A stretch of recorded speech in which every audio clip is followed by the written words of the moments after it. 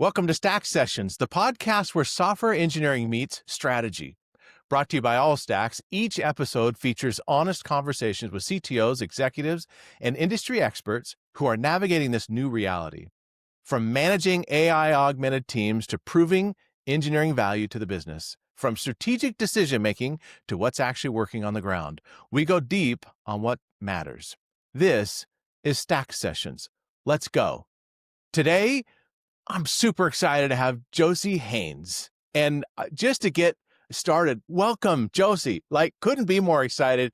We're just getting to know each other and learning a little bit, but you've had an incredible journey through some really big companies, Apple, Tile, Zynga, Amex. Man, take us through what led you from building and scaling engineering teams to coaching engineering leaders. Yes. So I spent 22 years doing the full-time corporate thing. My last full-time role was as VP of software engineering at Tile, and I actually created that role. So that was very exciting. And while I did that, I actually was working with an executive coach, and I didn't even know you could create a VP of engineering role, right? And so I actually worked on, my boss got promoted to CTO. I became the VP of engineering, and then we scaled the organization and doubled it in size in 3.5 months in the middle of COVID while keeping our inclusive culture that I also helped design. And I realized there's this very linear progression of what success means. And especially for a lot of women in tech, we end up leaving the industry. And so I decided I wanted to help other leaders thrive in their careers and realize there are ways to create opportunities for yourself. When you get to that executive level as well, the game totally changes, right? How to have conversations with your CEO, with your CMO, with your CFO is very different than just leading an engineering team. And so I wanted to help other engineering leaders do that successfully. And so in July of 22, I started my coaching business. Fantastic. Was there a particular moment or point in time where you really oh, this is happening? What was the, crescendo of that moment? You're like, I am doing this. There's a lot of background story, but when I had left Apple in 2018, I had almost left the tech industry entirely. I went through a lot of imposter syndrome back then, and I tried starting my own business in something not related to tech, but it wasn't really resonating with me. And then I realized, no, I really wanted to stay in tech, but working at places where inclusion wasn't just lip service. So when I joined Tile, I actually spoke to the CEO, and he surprised me because I was not going to join anywhere again where I didn't feel like we couldn't focus on inclusion. And he surprised me, and he said, I promised my wife and daughters to make Tile the best place for women to work in the Valley. And I loved it, and we delivered on that promise. And again, I can't say it was me and him or and the head of HR. We were the ones who mainly drove this, but it was literally a team effort. The leadership was behind this. We had the company support. We really created amazing values, and I created a mentorship program. 8 people within Tile were able to switch roles within Tile, and I had really realized, I was like, I want to do something different. And so funny enough, and then I created my VP role, and I was like, I did it, right? Like, I've done it. And now I want to go help other people do this. And the funny thing was, I actually ended up putting in my notice at Tile the day that our CEO signed our pre-acquisition agreement from Life 360. And so he was like, no, please don't leave right now. Please stick around for 2 years. And I said, I can't stick around for 2 years. But we were in the middle of a big web re-platform. So I was like, I'll stick around for 6 months, help the team get through the transition, and we'll figure this out. And so the timing actually ended up working out very well. From a timing perspective, I helped the team through the transition, and then left right around when we were launching our web platform. And so the timing all ended up just being very serendipitous. You've been a promoter for advancing women in technology. Give some of the insights on on why that is a passion and Yeah, some of the well, successes you've seen. obviously, I'm a woman in tech myself. So, I would like to see more women in tech thriving in this industry. Right now, only 9% of engineering leaders are women. There's this great organization called SheTO. It's a nonprofit for women engineering leaders. They just did a State of Women in Engineering Leadership report, which was very fascinating. One of the data points is there's a cliff at the director level, right? And this is why a lot of the people that I work with are, how do you get either to that director level or break through the director level up to the VPE level? Because you see a huge drop off at that level. And it's not just about like, let's be nice from an inclusion point of view, right? I also go back to research. Google's research on high performing teams shows that psychological safety and inclusion are part of high performing teams. And also, if you don't have diverse viewpoints, you're not going to build as good products. Example of this is I worked on Siri for a number of years, worked on Siri Music, Siri for Apple TV. And one of the things that I realized was Siri doesn't work as well for women's voices or people with accents. And then I thought about it. Well, who's testing Siri? It is the engineers, and the engineers are not women or people with thick accents. And so, if you want to build these amazing, a lot of my career has been these like large scale consumer technology products that are used by millions, if not, Apple potentially billions of people. And if you want to build those products to be successful, you need the diversity. And I mean, I can go on a whole topic about how you can't have diversity succeed without inclusion. It's so true. The different voices are so powerful too. I've spent a lot of time helping marketing teams in my career, which is dominant women more than men, which is fantastic because it's such a great perspective.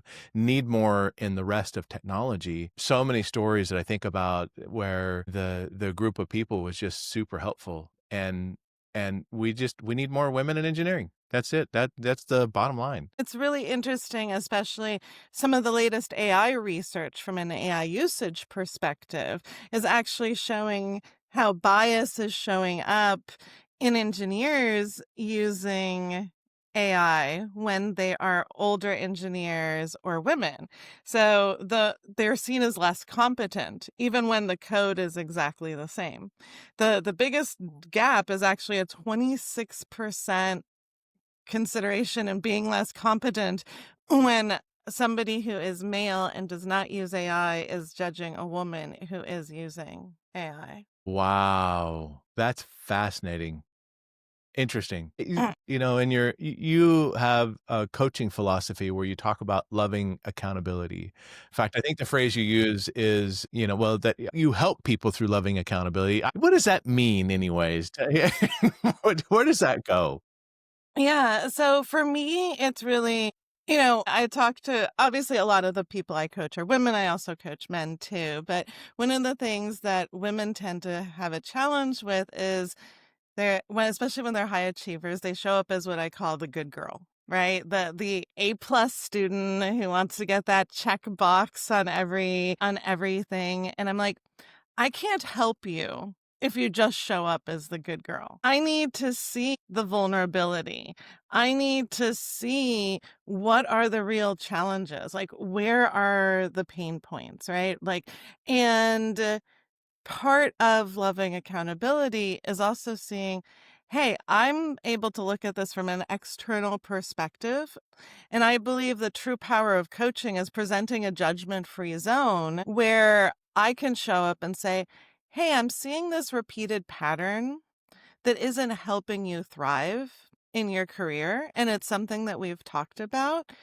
And let me be curious, why?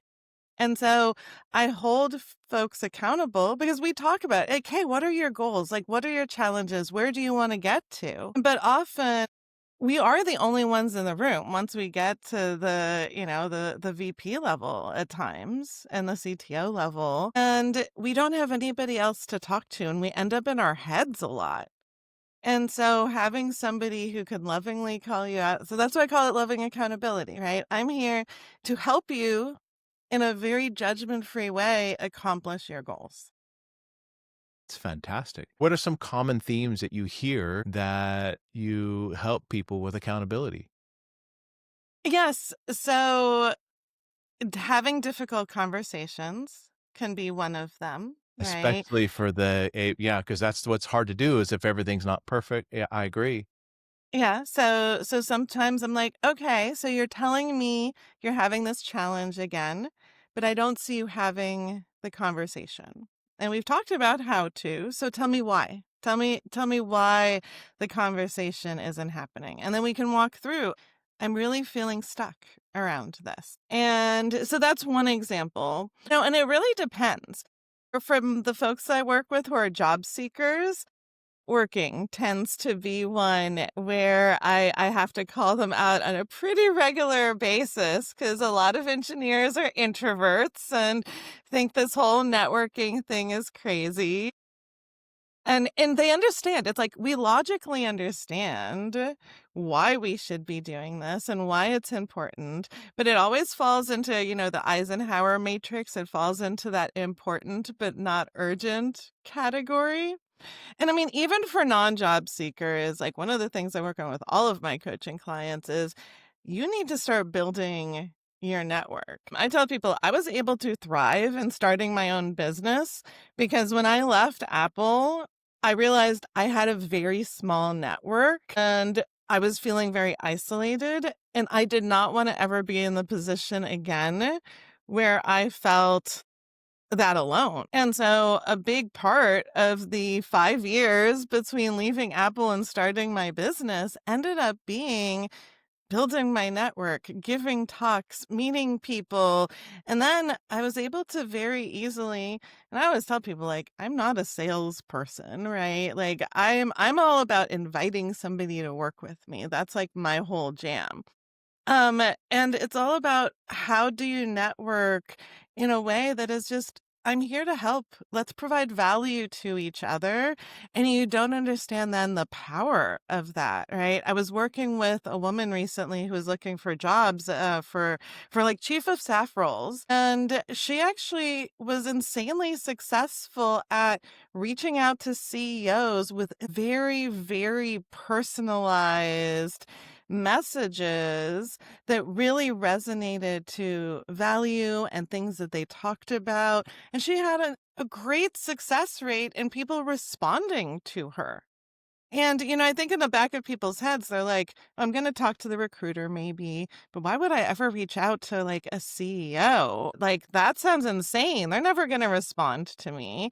And it's like, at the end of the day, everybody has that thought in the back of their head. So if you actually show up as the unique person in this pool, and I truly believe it's building relationships over time too. You never know how often like somebody who I met 3 years ago will show up and be like, "Hey, Josie, can you help me with this thing?" Or "Do you want to work together on this project?" Actually, that is how I landed I'm also currently a fractional engineering leader. That is how I landed my fractional engineering leadership role was I had a hackathon project. I did a tile. It did not end up launching as a product of tile. And then when it ended up being built and they started thinking about it, the first thing that Tile's old chief business officer who's leading the project thought was, I need Josie to come help build this thing. So true. So very true. In the journey that we have, if nothing else in this world, we are a connected set of humans living a human experience with all this technology around us. It's so easy to get sucked into the technology. So easy to Hmm. get sucked into the things that are just simple. But I love that statement you made of helping each other. I still meet with some folks on a regular basis. I still have some folks that mentor me on a regular basis, and it is fantastic. If you don't have that, you Hmm. should get that. I love the concept you talked about too of uh, just being friendly and help. It is just the right way to go. Stack Sessions podcast is brought to you by All Stacks. You know what drives me crazy? You're running an engineering team and you know your people are crushing it. But then there's this guy in finance who's like, well, what's the ROI? And you're sitting there like, what do you want me to do? Make a spreadsheet? Well, all stacks, they got this AI thing that actually connects your dev work to revenue. It predicts when your stuff's going to go sideways, shows you where your bottlenecks are, all automatically. There's no BS. You just get the insights, you walk into the boardroom, and boom, you're the hero. It's unbelievable. Go to allstacks.com, tell them George sent you. Don't know if that will do anything for you, but check it out. Let's pivot just a bit into AI, because everyone's playing with, various coding tools to, you brought up before, like a senior engineer or a dev leader may not understand the value of a junior engineer who's even a woman with these dev tools and what it actually means. You actually talk about moving beyond one-off prompts to strategic implementation. What's the difference between a leader who is experimenting with AI and one who's actually implementing it strategically? The work came from the fact that I was coaching somebody, and she works on one of the large LLMs for coding. And while her team was building like basically one of the biggest tools that is known right now, she wasn't using AI herself. And it was like this wake up call in the back of my head. I was like, wait a second. This is very fascinating to me.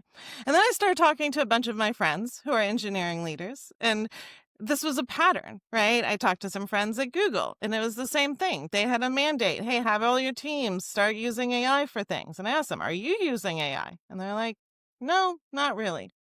And so I've been using AI myself for running my business. And then I'd applied it to engineering leadership practices. And so it's like, okay, this isn't hard, but you have to have the mindset shift about how to think about this. Once I started teaching it to my friends and coaching clients, and actually I even taught my husband how to use it, and he's for his legal, at his company everybody got Claude licenses, and I showed him how to use it, and Like, he was like, whoa! even it was amazing. Like 2 days ago he built like this super complex flow chart, and he was like, oh my gosh, I did it in like a one shot. Like, it was a very detailed prompt that I told him how to outline, and he's like, that would have taken me like 2 to 3 hours, and I did it in like 5 minutes. And he's like, you saved me so much time. and I see this, right? And yet, if you look at the data, the research is showing that a lot of AI usage is actually not tying back to productivity. It's either actually taking people more time to do things, and or quality is going down, which then overall is impacting productivity. And what I've learned is, so you either have engineering leaders not using it, or maybe they're playing around with it a little bit, but they haven't thought about how to systemically use it. And what I'm seeing is when they're rolling it out with their teams, there's again a little bit of this like, let's just play around and see where it works. But we're engineers. We understand looking at engineering first principles. So a big thing for me is, okay, when you're talking about rolling it out for your team, where are your current pain points? If you look at your engineering development process, and let's say for some reason your builds are the big thing, right? Your builds are taking too long and they're taking 30 minutes or something like that. Well, why don't we focus on, can we somehow leverage AI to solve that problem? Not just like, can we make productivity better? And so that's why having tools where you can measure these things ends up being very important, because we need to not just like look and be like, oh yeah, we can make things better, but we need to measure. We need to understand where are the pain points. We also need to understand how these tools work and what the challenges are, right? The research is also showing from a coding perspective, right, that if you just start using LLMs, you're going to start increasing your security vulnerabilities. If you're not starting, again, and this is where the leadership side comes in, with, if quality can't drop, right? It is important for us to focus on quality. It is important for us to start. We already have things like code review checklists and security best practices. We need to be feeding those as the instructions for building this when we're building our teams. Going back to the leadership side, if you understand as a leader how to effectively work with these LLMs and what are some of the, and then take it from a leadership point of view and think about, okay, what are the real challenges that I am solving with this? You are going to roll this out more effectively to your team because ultimately this is a change management problem. So true. I keep hearing this statement, and I don't think we, in general, anywhere in the white collar world, understand the impact that AI will have over the next 5, 10 years. Anything we do as leaders or otherwise that is repetitive or analytical based, AI is going to influence that. And it's not a one-off prompt. That's why I love that statement you made. How far can we integrate it is the core question. How do we make it be more systemic versus, how do we start with the AI and then end up with things? You have another principle too, where you talk about coaching first, tech second. I'm just gonna Yes. tell us about coaching first, tech second.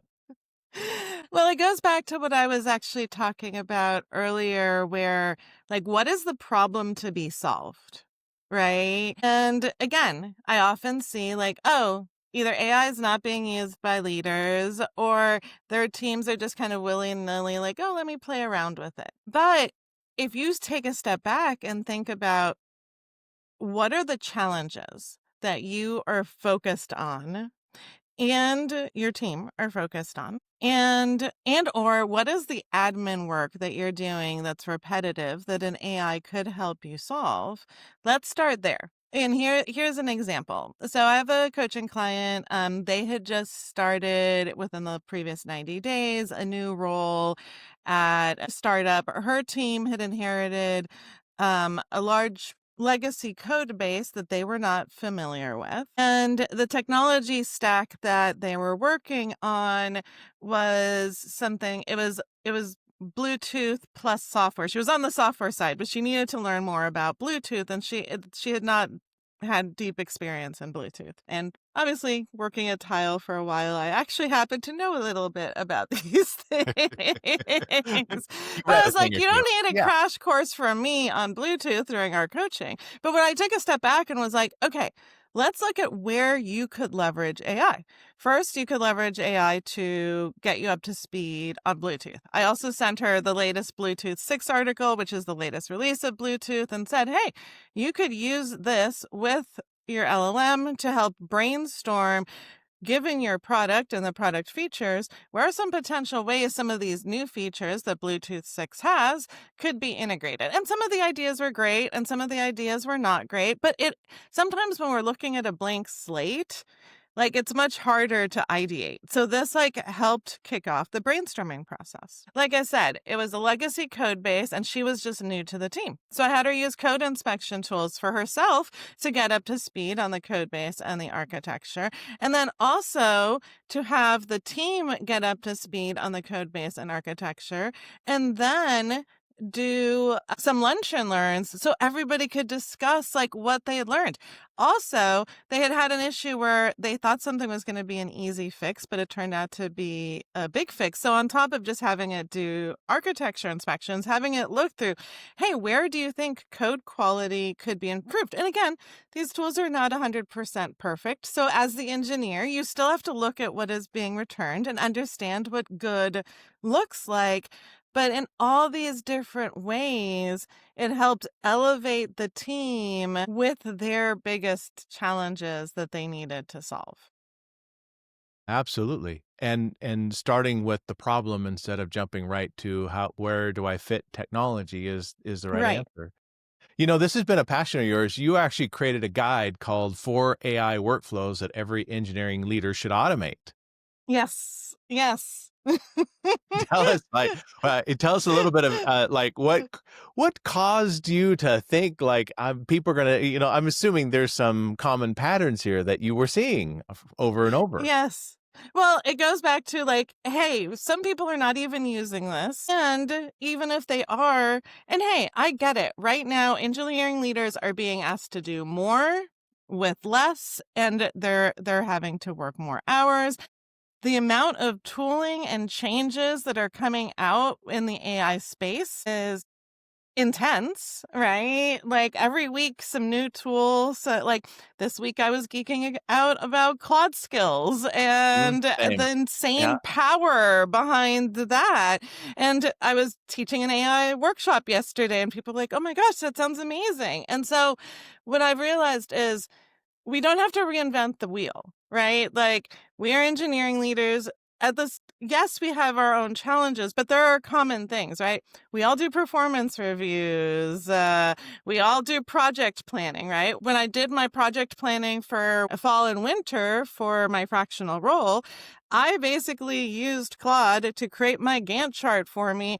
In like an hour, I was able to do something that in the past would have most likely taken me at least half a day of project planning. And it created different versions for me where I could see how I used my resources. And it was awesome. And but you need to understand, like, where are the places that we need to be prompting effectively? People are discovering new things all the time on how to make this even better. And so I'm like, let me do the research for you. You're all super busy, and I'm happy to guide the engineering leaders for this. I mean, a great example is going back to like my husband's flow chart that he did the other day. That was from a technique that I had learned like 2 days prior, where you ask Claude for like agentic type longer tasks. You ask it to make sure it creates a log of the things that you're asking it to do. You have it create a checklist of all the steps that it needs to execute. And then you tell it, make sure that you go back and execute everything on your checklist, and then have it go do a validation pass of all the things it needs to validate. And just adding that structure makes it much more likely for it to not just drop some random thing in the middle of a really long workflow. But it takes time to think through these things and to gather all these insights that people are doing. So that's why I love talking about this stuff, is because I want to help engineering leaders thrive. Because ultimately, I truly believe we're not going to replace leaders with AI. There's a very human-centric aspect to leadership. And so I want engineering leaders to be able to multiply their impact in other ways, right? Use AI for things like, and another one I love having people build is mini coaches, right? Where you're actually taking like your thought processes and breaking them down and helping people with things like creating a presentation or breaking down a project so that they can do the first pass with the LLM, and then you can help up level it. So I'm like, leverage AI to make you more productive so that you can focus on the truly human-centric parts of leadership that only you can do. So true. I know that even my writing style has changed. Mhm. I remember the first time I went to an LLM was like, help me with an outline with this. And I did a big long recording of myself, talking through all the different, and it would like create an outline. It was great. Now, every interaction I have is I treat AI, I'm mostly in Claude, a little bit in a couple other tools, but I treat it more like a ghostwriter. And I'm arguing with it. I'll get to version 30 of a document and okay, now it's good. You've got all, and what, to your point of having it go through the steps, validate it, really fascinating to say, well, how does this sound? And getting the validation of like, well, how good was that? A lot of what I think, what I've seen engineering leaders struggle with is some up-leveling some of that conversation. These tools are fantastic for transforming the language of engineering into the language of business. It's Yes. fantastic. Start using it. Mhm. Ask the simple prompt after you write something. How does this sound to a business leader as opposed to a technology leader? What a Mhm. great path to go. Anyways, hey, we have, I'm sad we're running out of time, but you talked about cutting through overwhelm. That was a phrase that Mhm. I wrote down some phrases as I was going through your web. So I was like, oh, that's a good one. Cutting through overwhelm. Tell us more. So this is one of the things that I think is a little different about how I coach people, right? Obviously, I focus on leadership and communication and strategy and all the tactics and activities. But I also think, and overwhelm incorporates some of those things, right? It's about really getting clear on what is truly important. With a lot of leaders that I work with, I have them come up with 3 lists. One is like, what are your top 3 goals? The middle one's like, what's on deck? What's coming soon that maybe you're spending a little bit of time with? And the third one is like, what are you not working on? And actually sharing those publicly with your team so they know, like, you didn't forget about the thing. It's just not on the current 2 top lists right now. But yet, right now, but going back to what I was saying, mindset is the thing that I think is really crucial. And that is directly tied to overwhelm. Right now, on top of like having strategies and tactics to get very specific on like what are the most important things that I can be spending my time on, because let's be clear, our to-do lists are never going to be empty. Like we're never going to get to a reality where we sit down one morning and we're like, oh, what should I do today? I have nothing on my to-do list. Like, I mean, that would be a great fantasy world, but I don't know Usually that. it means you're getting fired, I think. Yeah, I think so, right? Right. And so, but there's the mindset piece too. And we're living in a world where we have so much change, right? Going back to this is really a change management problem. And it's not even just within the tech industry, right? There's a lot of uncertainty and change in the world globally, right? So many things. And we need to do the mindset work as leaders to help us regulate our nervous systems. Our bodies, from like how the body and mind works, think change, ultimately, going back to our caveman days, is the equivalent of a tiger coming and attacking us. Our brains are wired for safety. And our safety means you don't have change. And so the amount of change we are living with right now is a huge attack to each and every one of our nervous systems. I believe this is why burnout is through the roof right now.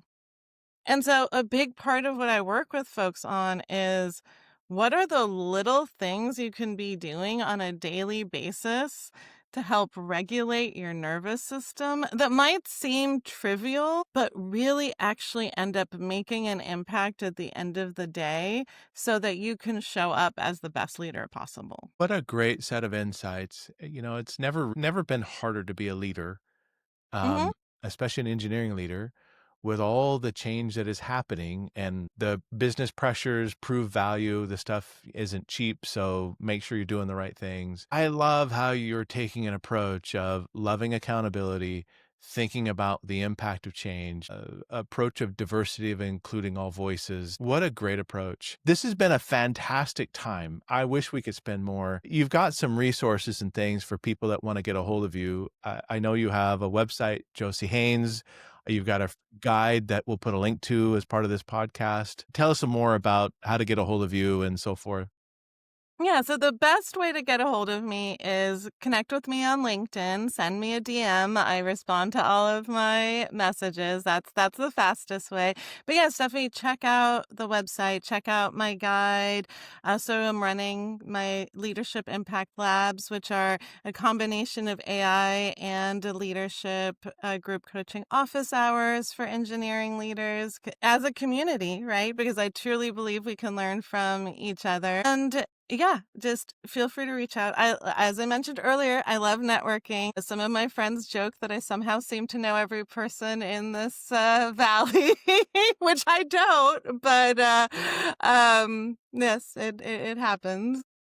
So I love networking with folks. So yes, please reach out. Fantastic. What a great session. My name is Jeff Keyes with All Stacks. Reach out to me also on LinkedIn. Josie, thank you for the time and look forward to future sessions and more stories.